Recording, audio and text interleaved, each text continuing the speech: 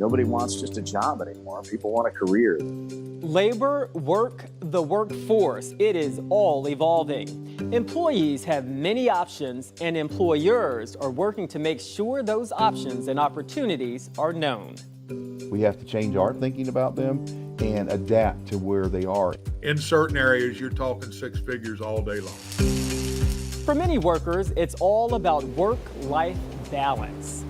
Personally think I work better working from home. And that can mean flexibility and benefits. We've done a lot of employee engagement surveys, and again, it's been through the roof recently, and it's all the perks that we give back to our employees. We're all facing challenges when it comes to making work and family happy at the same time.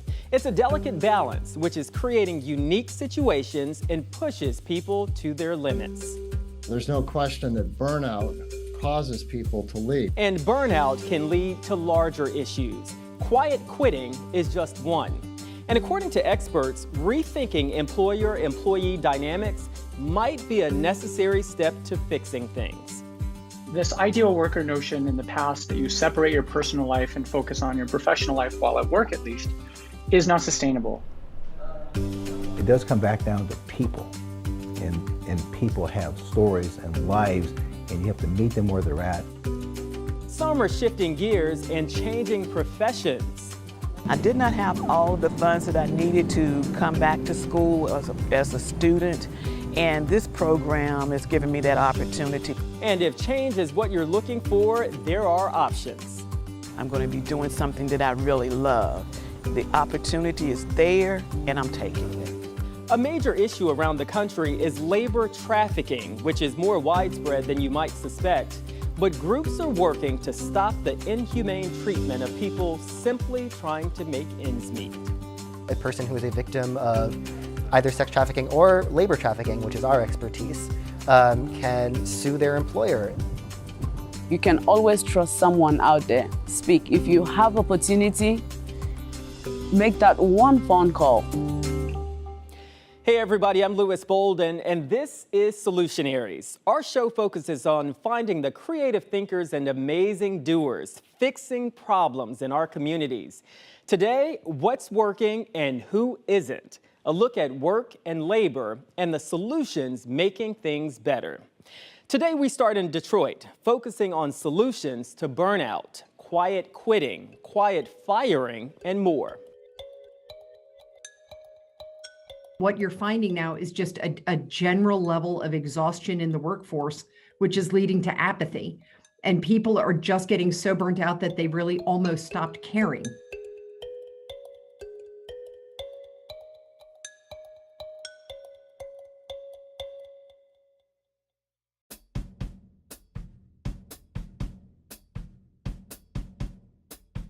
We don't get paid enough to do half of what we're doing now. Pretty much feeling burnt out, and then on your days off you don't have energy for like life.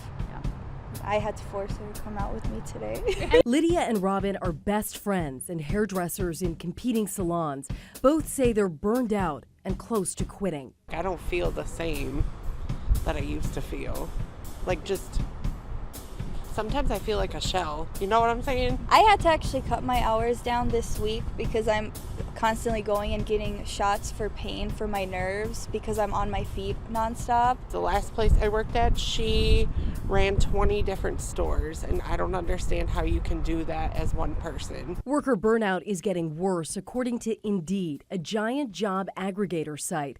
Its survey of 1,500 U.S. workers compared findings in 2021 against a pre-pandemic study. It found more than half of respondents feel burned out, and more than 2/3 believe the feeling has worsened over the pandemic.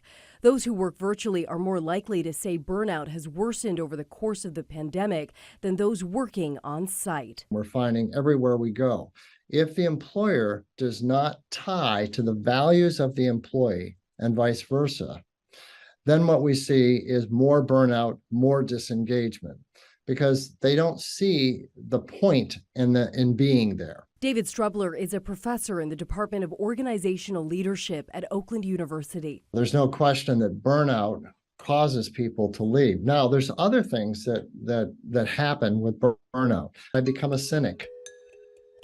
I become toxic, I become negative. And of course, that has a terrible effect inside the workforce because you end up with a whole culture of toxicity. Quiet quitting is the latest workplace buzzword that's getting a lot of attention. Now, definitions vary. It can either focus on setting realistic boundaries to prevent burnout or just not going the extra mile. You mentioned this expression, quiet quitting. In some ways, it might be unfair because it captures all people as being slackers. And of course, there can be slackers, but there are people who have legitimate points about the notion that, well, you want me to give up my life for work and be this so-called ideal worker. And businesses love the expression of organizational citizenship behavior, which means unpaid labor.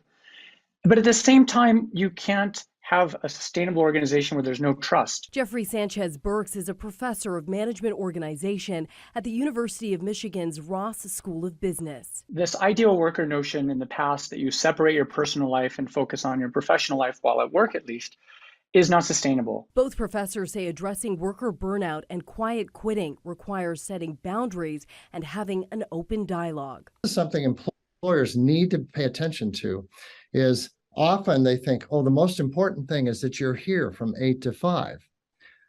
But what if I'm doing quiet quitting on the job?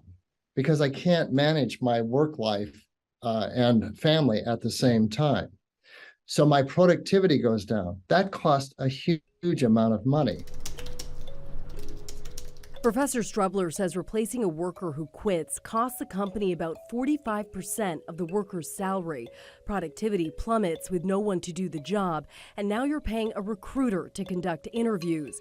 Then, once a new worker is hired, you have to train them. Just figure the law. That should encourage employers to start creating environments of civility, environments of respect, environments of engagement. I have a wonderful colleague, Amy Wierzyniewski, over at Yale, who talks about purpose. And if we can find purpose in our work, then that whole facet of life can be much more rewarding.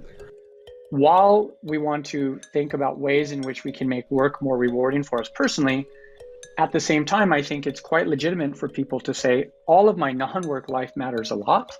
The times with my family and friends and or pets, whatnot, matter.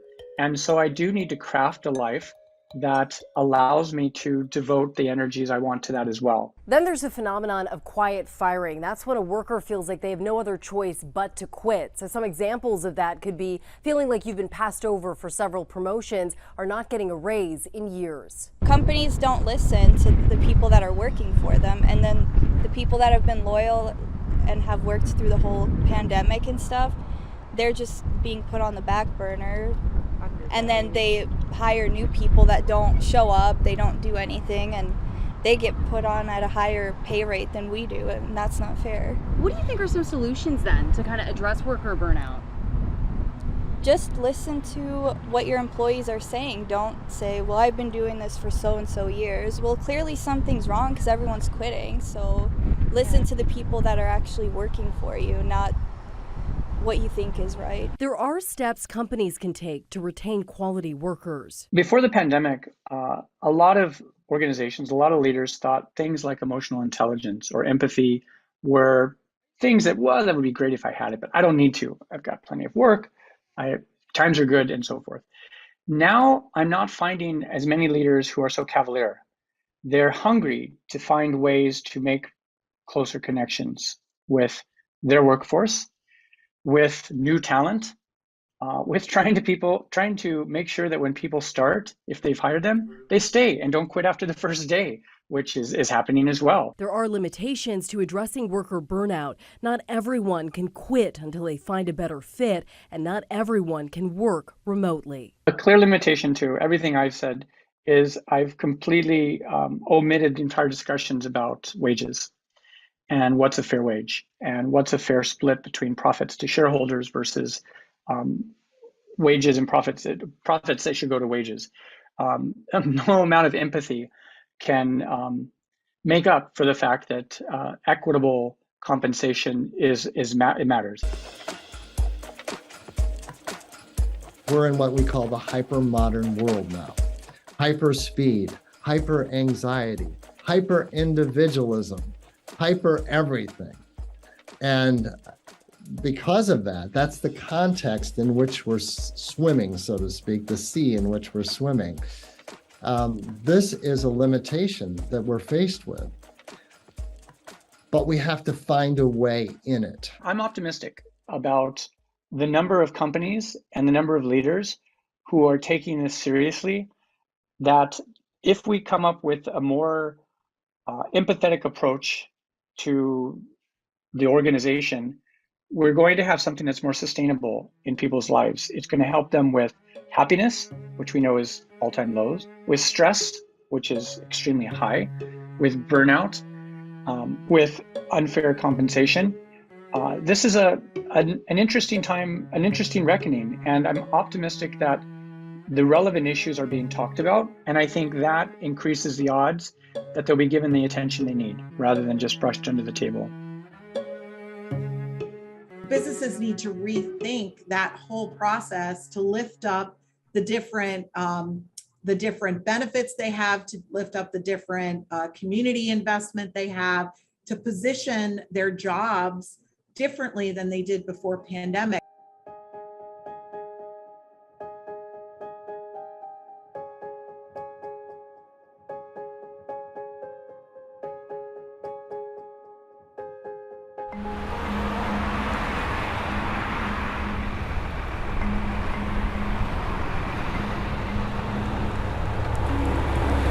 I'm Rohani. I'm a lawyer in New York City. I work in the finance department of a law firm. The city that never sleeps can be both energizing and exhausting. And while it may look like Rohani Mayera's working from her NYC office, zoom out and you'll see a different backdrop. Come on. Is it a good change from New York? Yeah, it's been really incredible to be here. She's on a 1-month getaway in Jacksonville Beach, Florida. But this is no vacation. I think the actual documents are good. I have a full setup. I actually have an excellent setup. As you can see, I have a big monitor. My laptop's connected. Her law firm is allowing its staff to work from anywhere in the world for 30 days. She chose this short-term rental as her temporary office. Some of your colleagues, where are they working from? There are people they're in Maine. A lot of people are visiting family around the country. There are a couple of people in Europe. Have you had problems staying focused? No, I personally think I work better working from home. There's less distractions, there's less people coming in and out of the office. So it's quiet when I want it to be, and I can step outside when I need to. College students we spoke to seem to be in consensus. Something that I can work from home basically because I want to travel. I don't want to just be in a confined space, so anywhere around the world would be nice. Thanks to the pandemic, technology, and just trends, traditional office life is becoming less appealing. So you don't want to go into an office, no. Dress up? No, 9 to 5, sit in a cubicle, no. So you want a job where you can work from anywhere in the world? Yes. And still get paid? Yes. Yeah. Do you think you can get it? I think I could. And there is research about this as more and more people find working remote to be appealing. Let's take a look at some of the studies from OWL Labs. They surveyed people all across the world. Globally, 56% of companies allow remote work. 16% of businesses are fully remote. Those who work remotely are 24% more likely to feel happy and productive in their roles versus those who don't or cannot work remotely. 34% of American workers would take a pay cut, up to 5%, for the ability to work remotely. The number of job postings that offered hybrid work increased by 52% in the period between September 2021 and August 2022. That's according to FlexJobs. And other trends include a 4-day work week, a wellness stipend, and something as simple as snacks. Do you think this generation wants more flexibility? I think that this generation had 2 years of having to be flexible with the COVID pandemic, and so that they have the ability to work from home. They've demonstrated it, and so now they know that they can apply it. So my name is Scott Curry. I'm the Senior Director of Industry Engagement for UNF Career Services. What do you do? So basically my job is to get students jobs. I work and interact with employer partners to help them create internship programs, experiential learning, and career opportunities for our students. A lot of people will say, look at this generation. They're on their phones, they're on their computers. They're not working as hard because they're not going into the office. What's your response to that? It's a different type of work. Students are able to get a lot done on their phone when it comes to work. A lot of opportunities are remote and allow students to get work done, from the field or from, their living room. So I think it depends on the position. I think it depends on the applicant. Yeah. So there's still quality out there? Absolutely. He points out that some companies still prefer in-person, making going to work more of an experience than a job. The compression boots, which a lot of pro athletes have been using, those compression boots that help with recovery. They have the therapy gun devices that all staff members can come down between calls or between work or before and after their workouts, and they can really use these recovery services that they have. Equally, there's a yoga teacher who comes in. The CSI companies in Jacksonville offer recruiting, IT, and staffing. They immerse employees in an environment that includes massages, sports games, and concerts. We've realized to retain them, we got to keep it a fun setting. So whether you take a break to go play pool or to shuffleboard or to go down in the gym, go to a yoga session, it's been a way for people to kind of get work done by still collaborating with their team in a different setting. So it's been a great way to work off some steam. This is Joseph with CSI Tech. How are you doing today? COO Kate Mays says in a competitive job market, offering perks has its perks. We've done a lot of employee engagement surveys, and again, it's been through the roof recently, and it's all the perks that we give back to our employees. We've had dramatic success over the past couple of years, and our growth trajectory is through the roof, and we put it back to the culture.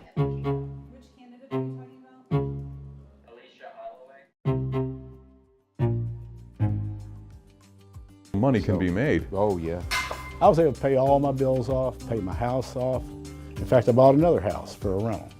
So that's all because of the iron workers.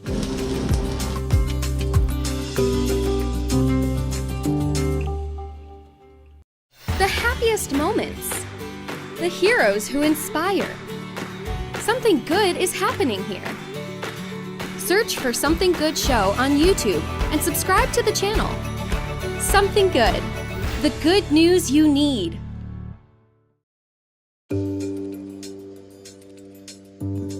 I can't emphasize enough, college isn't for everybody. College is great if you are into the academics and it will prepare you for the world, but there's an alternative path.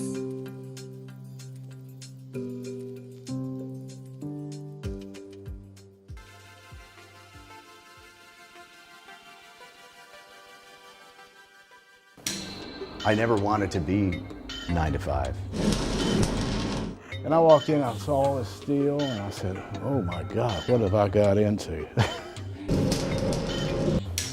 My name is Bobby Nost, and I've been an iron worker since 1984.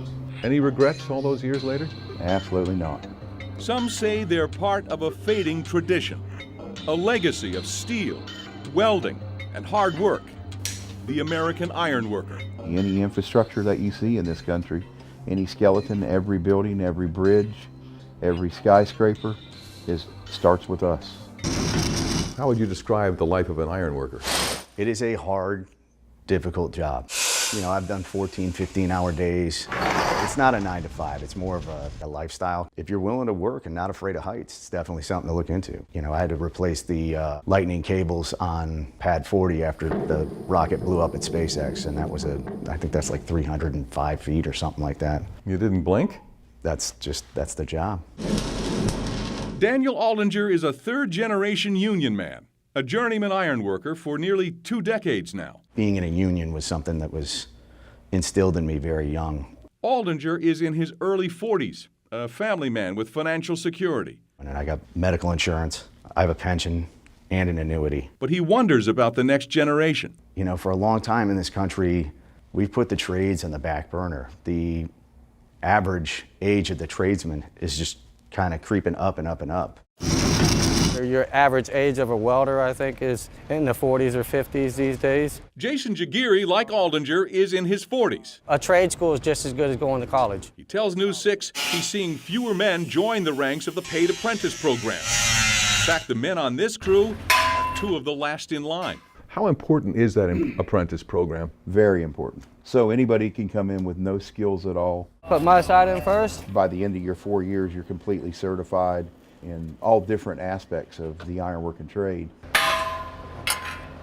That's money. It's earn while you learn. It does not cost them anything. There's no college loans once they get done. Ground him off to that clip over there to the structure. And I think the apprentice numbers right now are at about 15,000 apprentices. And we really are striving around the country to get that number more up towards 20,000. Start cutting out that deck whenever you get a chance, all right? The people that actually come out here and work in the field is a dying breed. In the next 10 years, the U.S. Bureau of Labor Statistics projects America will need more than 16,000 iron workers. That's based on 9,000 additional iron workers, and more importantly, more than 7,000 on the job now, expected to retire. So you're telling me you need more people? Oh yes, everybody does, yes. It's a nationwide thing. Bobby Nost is the union's business manager and architect of Local 808's push to hire new personnel. How many people can you bring in? Well, it's unlimited. You have to balance the work that you have and the contractors that you have, and you bring up the people to fill it. Part of that strategy, the lure of the union benefits package. Our worker is making a whole package of $44 an hour, $27, $25 on their pocket, we call it on the hip, and then $16 worth of benefits. So money can be made. Oh, yes. I was able to pay all my bills off, pay my house off. In fact, I bought another house for a rental. So that's all because of the iron workers. Real good welders, you're talking about six figures. I mean, it's real good right now. In certain areas, you're talking six figures all day long. Kenny Waugh is the Director Industry Liaison for the International Iron Workers based in Washington, D.C. We are in job fairs all over the country daily. Think of him as Bobby Nost's counterpart on the national-international stage, recruiting potential workers from Orlando, Jacksonville, Houston, Detroit, just a fraction of the 157 union offices hiring in the U.S. and Canada. We can put people to work in every city you just mentioned. It's all over. If the iron worker wants to travel just a little bit, he can always go next door and go to work in that local. That's the simplicity about our setup. If you have a journey card, a journeyman's card, you can go anywhere you want. What about the next generation? Why aren't there takers right now? You know, that's a really tough question, and I think we have to eliminate the stigma that this is just a job you have at the summer in between colleges, because this is more than a job. Like, this is my career, this is my life. Is it possibly that they don't understand what the job's all about? I think it's that they don't understand, and I think that we need to do a better job at maybe getting it out there to them. I call it the best kept secret. The iron workers have identified the challenge to recruit the next generation. We're coming at every angle there is. We're in PTA meetings, you know, as young as some kids 10 or 12 years old that we're getting in front of. You can't start too young. A 21st century recruiting blitz built to grab the attention of the smartphone generation in person and via social media platforms. These young people were born with something electronic in their hand. We have to change our thinking about them and adapt to where they are and use what they have as skills and what we sometimes think is a hindrance and make it positive. And I think that's what's going to make it different. Solutions can be hard to come by, but our team is working to bring them to you. Maybe you know of an issue that needs answers. If you do, we want to know about them. Head to solutionariesnetwork.com and send us your ideas and your feedback. Become part of the conversation.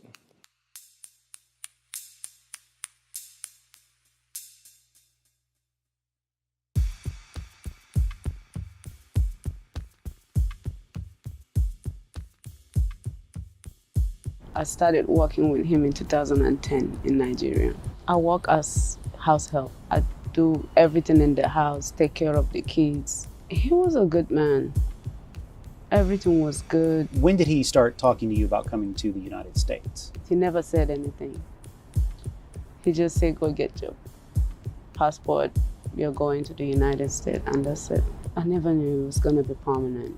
Blessing Daniel is talking about her former boss, actual Nigerian prince Eze Matamir. And the court records we went through show that he brought her here on a tourist visa and put her to work at his house in a Houston suburb. She was working there, essentially 24/7 for her waking hours. Instead of paying her wages like you should normally, he told her that he would be sending money to her family in Nigeria. My name is Dokwang Daniel Pham. I am a staff attorney for the Equal Justice Center. We help people who have suffered some sort of issue in the workplace, be it wage theft or employment discrimination, and we help them get justice against the employers that have wronged them. There was no promises here, but there was promises back in Nigeria before coming, like taking care of my child, my daughter, paying her school fees, getting me a hair salon here. You had to leave your daughter? Yes, I didn't come with her. How old is she? She was 8 as of that time. That must have been hard.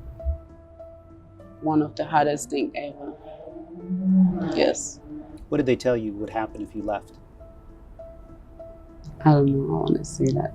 Labor trafficking is the use of force, fraud, and coercion for the purpose of obtaining someone for modern-day slavery, for debt bondage or forced labor. Human trafficking isn't just kidnapping. It isn't just abduction. Human trafficking usually is done by someone who has a close relationship or kinship to you and is taking advantage of that. My name is Samantha Ledesma, and I am with YMCA International, which is a part of YMCA Greater Houston. My name is Elise Grissmeyer. I'm the Associate Legal Director for the Cabrini Center for Immigration Legal Services for Catholic Charities. We work exclusively with foreign national survivors of labor trafficking and sex trafficking. And I think when we see stories about trafficking in the media, they tend to take either the form of smuggling, immigrants found in the back of an 18-wheeler, or they take the shape of sex trafficking for young American girls.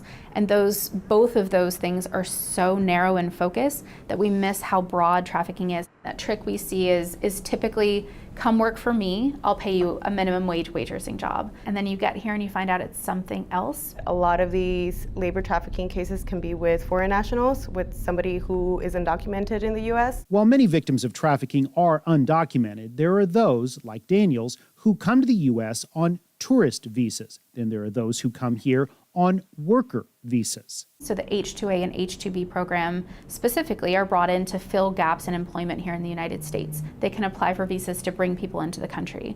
Those visas, however, are tied to that specific employer. So there's this huge power imbalance between the employer and employees. And if they complain about working conditions or hours or the type of work that they're being forced to do, they know that their employer could have them deported at any moment. So whether it's psychological or physical, if that person feels that they cannot leave that labor situation, that work, that turns into labor trafficking. A lot of abuse crops up in that system that could be easily resolved if we gave immigrants more flexibility to work within that same field, but the ability to change employers. The United States allows 88 countries to apply for H-2 visas. Between 2018 and 2020, more than 15,800 people were identified by the human trafficking hotline as labor trafficking victims.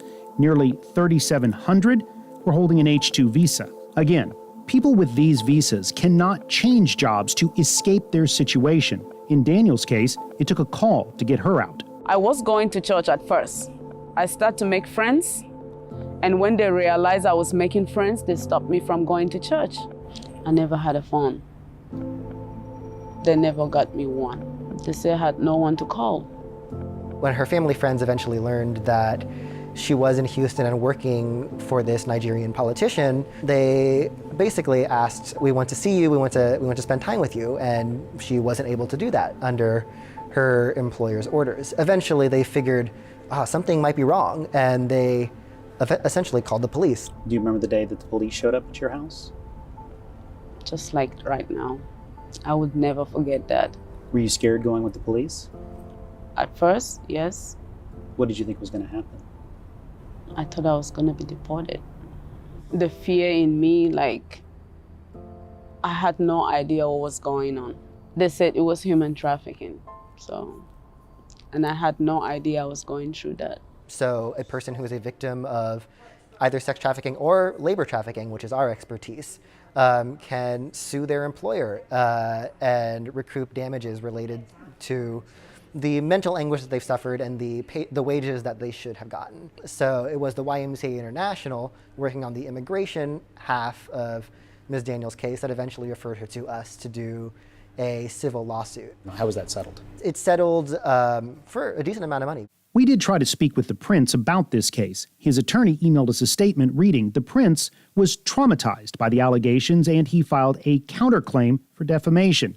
They both ended up settling and closing their claims against each other. We haven't seen a lot of criminal prosecution on the cases that we've been working on. It's hard to grapple with this definition and understand that labor trafficking is not just a workplace violation, it's also a human rights violation. With the resources that law enforcement has, it's still a difficult case to prosecute. Kenneth Magidson, former U.S. Attorney in the Southern District of Texas. Is it easier to go after the sex trafficking, because that usually involves multiple women with more clear-cut signs of other crimes being committed, versus the one person who is a domestic servant? The federal resources in law enforcement are always stretched thin because there's so many demands upon what kind of cases they take. Even in the sense of forced labor, they're always going to be looked at in terms of multi-state investigations. In other words, is this something that's being done by a cartel? Is this something that's being done by organized crime? But we have to put the infrastructure in to handle the immigration problem.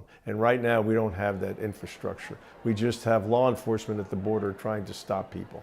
That infrastructure could come in the form of two paths. Both require bipartisan support at our nation's capital, which is hard to accomplish these days. Remember those visas. The first path would require a change to how employers who sponsor immigrant workers are properly vetted or monitored. It would also give visa holders the opportunity to change jobs if their employer was abusing their position. Nationally, the second path lands on enforcing current laws, and it would require a joint effort from law enforcement, federal agencies, state and city leaders, and grassroots or nonprofit advocates. There's also a huge coalition, which is the Houston Rescue and Restore Coalition, that has over 50 organizations working together to really fix these gaps in services. We have a trafficking victims assistance program through our refugee resettlement program that can do financial assistance and case management and counseling and shelter and food and GED classes or whatever it is that they might need. We also know that Houston is a model for the response to human trafficking, that we had one of the first federally funded task forces to address human trafficking, that our mayor's office has set up a task force as well, and it's been used as a model not only nationally but internationally as well. So for whoever is going through what I went through, I want to say speak to somebody. You can always trust someone out there. Speak. If you have opportunity, make that one phone call, and that's it. G3 is free for students. They don't have to pay that money back? No, this is a grant. It's not a loan. So no, they don't have to pay anything back.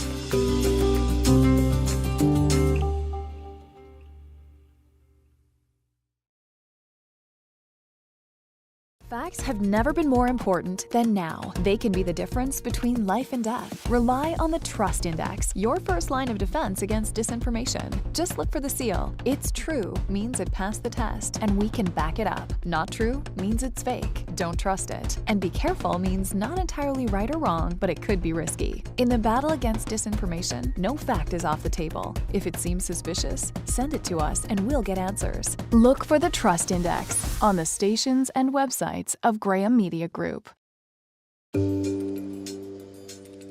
Now you can take classes for free. I just don't think people realize that. They could train for something, right now and go into a pretty good paying job and not even have to pay for the classes. And it would work within their schedule. A lot of the classes right now are online where people could do them while working.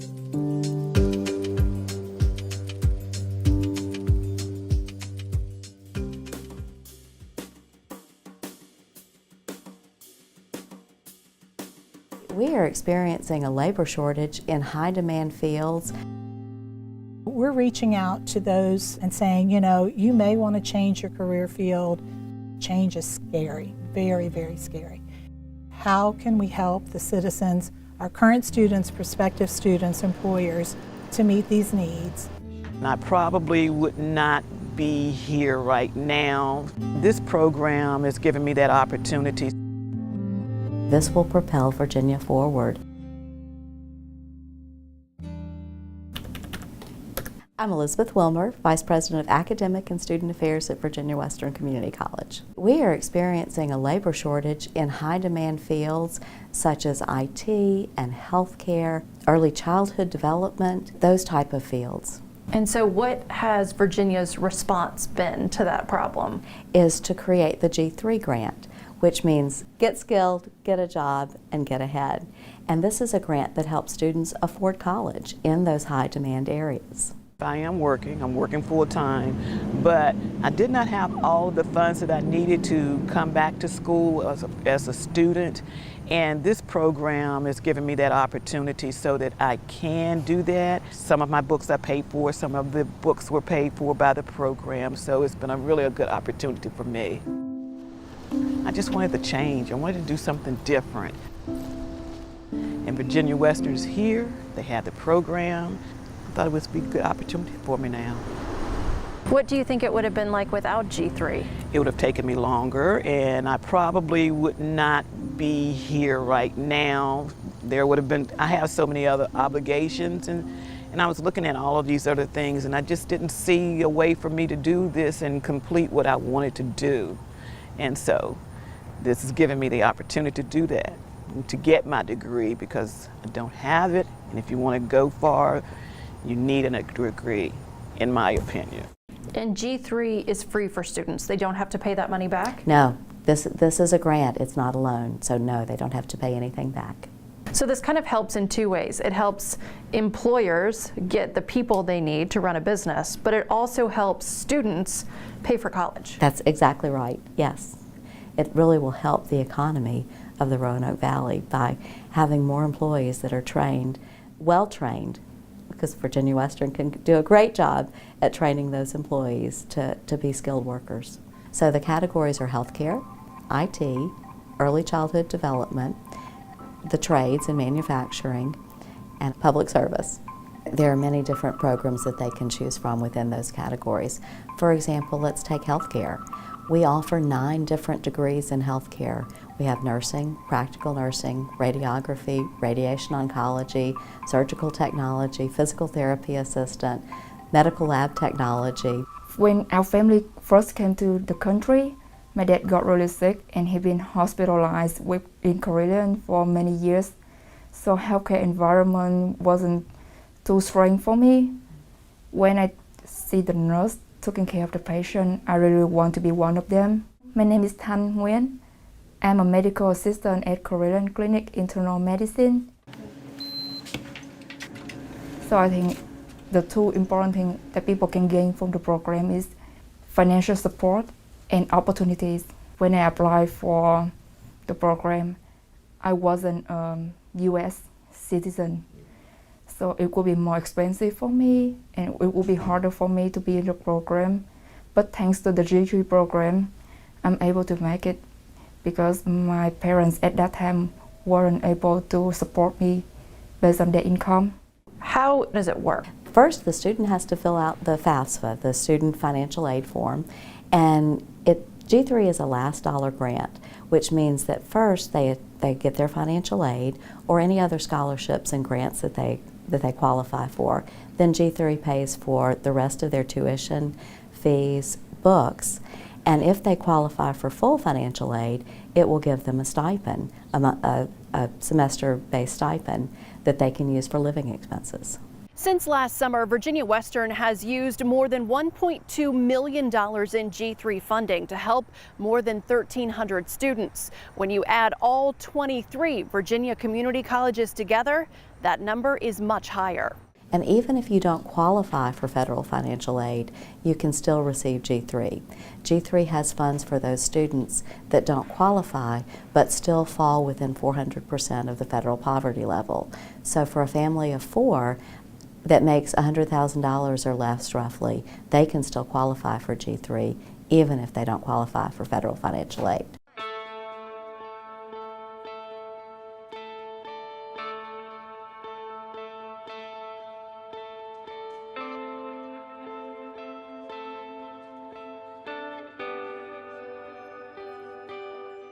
Is there any other state that's doing something like this? You know, there are several other states doing different types of, like for example, Tennessee's Promise Grant or Georgia's Hope Grant, that do different things to help support students, to support community colleges. But this is unusual in that it supports high demand fields. So it's not every program that the college offers, but it's those that are high demand in terms of employment needs. Are there limitations to these programs? You have to be eligible for the program. You have to be a Virginia resident. You have to take at least 6 credits a semester. And again, you have to apply for financial aid using the FAFSA. Being able to have access to programs like these, what does it mean to you? It means that you can grow. This is an opportunity for me. Even though that I'm working and I have other obligations, it opens up a door so that I can excel in the fields that I want to excel. And it won't be just I'm going to work because I need a job. But this time around, it's going to be, I'm going to be doing something that I really love. The opportunity is there and I'm taking it. It really begins with the resident who has this moment where they're looking for access to resources and an opportunity to improve their skill set, then ultimately change the trajectory of their life.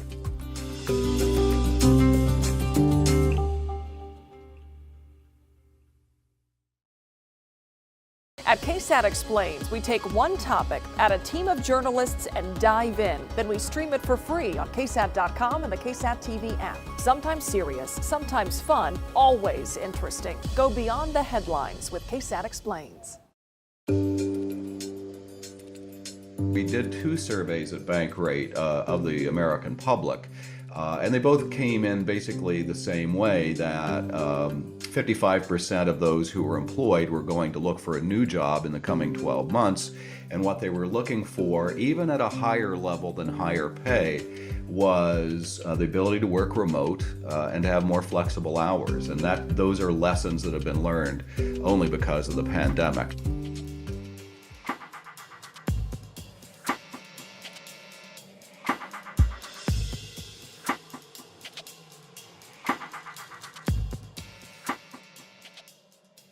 Positions waiting to be filled. Job seekers searching for better opportunities. It's not something new. According to the City of San Antonio, vacancies are common for most departments.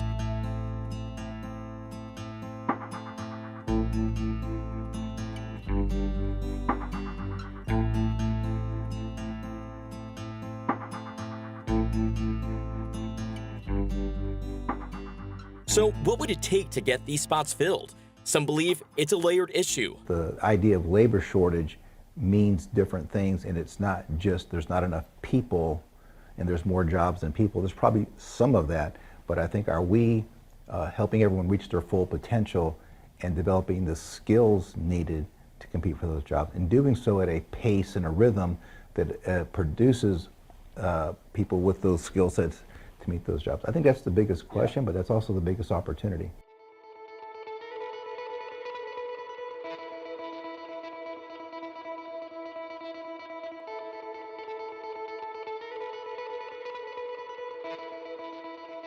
We focus on those individuals that have opportunities to help improve their skills, but don't have access to the resources, the financial support, the coaching that's needed to help them navigate a training program or a career path and then get them job ready.